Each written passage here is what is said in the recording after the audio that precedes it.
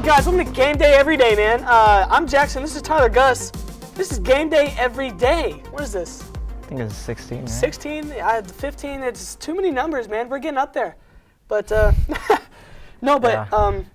today's topic is Trae Young, okay?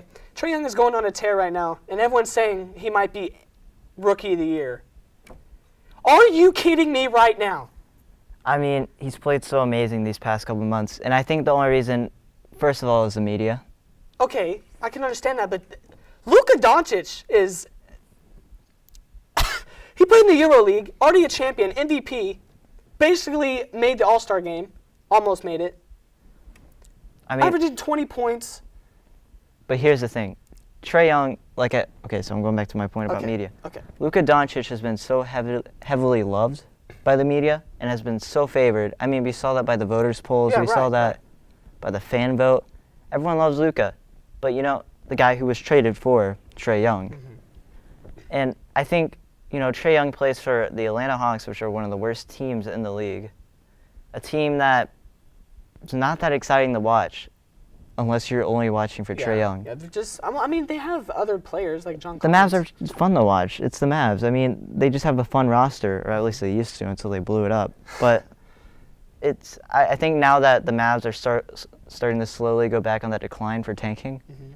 and that the Hawks are starting to show, we're not that bad. Play a little bit. John Collins and Trae Young, that's an exciting duo. I can totally understand. I think that's why Trae Young is starting to get his moment.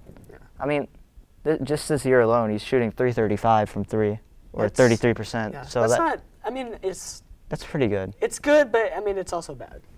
I mean, for the amount of threes he takes around 6 threes per game. Yeah. Which is pretty good. Yeah, Luka's shooting 35%. He takes 7 a game. But how? Yeah.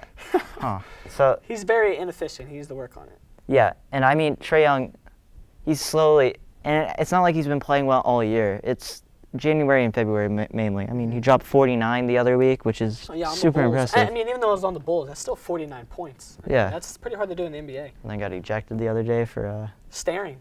For staring at someone, which I found a little ridiculous. It was like that Western Conference Final game. What was his name? He played for Portland.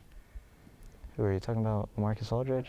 No. Steve Smith? No, it was Roy? In the early 2000s. I forgot his name. I don't know, but he stared at the ref too long. Damon Stoudemire. Yeah, there you go. I couldn't remember his name. But yeah. Another reason I like Luka, dude, he is ice in the veins, son. Like fourth quarter, he comes up. It doesn't matter if he's 1 for 17. He's not afraid to take the shot. I mean, same thing goes for Trae Young also, though. Oh yeah, which is really good. He's had 2 game winners already this year too. So I mean, the only difference is here, Trae Young's more of, I would say, he's more efficient on passing. Luka has his nights where he gets.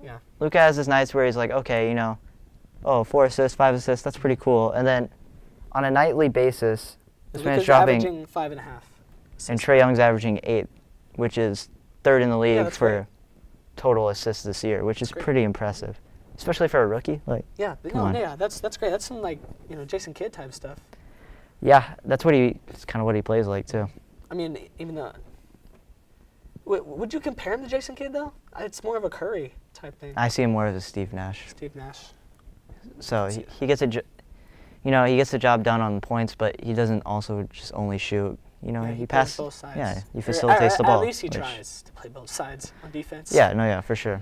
So, I mean, only difference here is Luka's this giant dude from Europe, Yeah, he played in the EuroLeague. He's he's already played professionally. How tall is he? Like 6'7", 6'8"? Yeah. And he's basically has a skill set of a point guard. Well, Trae Young's like 6'2", 6'1". I thought he was 6'3". He might be. I can't find his height, but he's probably a 6'3", but that's not too crazy for a point guard in the NBA now. No. I mean, look at all these point guards. You got Ben Simmons, Giannis. You got all these impressive, this is tall guys. This is definitely the future of the NBA. It's going to be exciting. I think Luka's going to be a top, 5 player in the league one day. Oh no, yeah. I think so too. I think Trae Young's going to be there with him one day, for sure. I think just Hawks, not that crazy of market exposure. Yeah, well, they just don't have any attraction for any big names. I mean, yeah, you got John Collins and Trae Young. Yeah, But that's it. That's I it. feel like if they kept that team together, You don't like have Dirk. Paul You don't Millsap have Dirk Nowitzki, and earlier in the year, and Jalen Brunson. DSJ. Yeah. Okay, Jalen Brunson's not a household name Okay, anymore. but he's gonna be a nice addition to the championship team that is coming up in the future.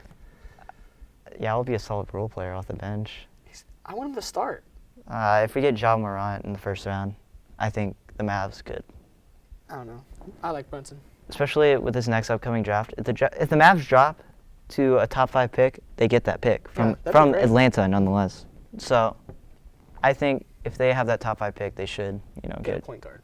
a point guard like R.J. Barrett, Ja Morant, guys like that. Man, R.J. Barrett on the Mavs. That'd be something. I'd rather have Ja Morant. I want a guy who can facilitate. But yeah, I don't know. I don't think Trae Young's won Rookie of the Year until he plays a couple more, the rest of the season, Right.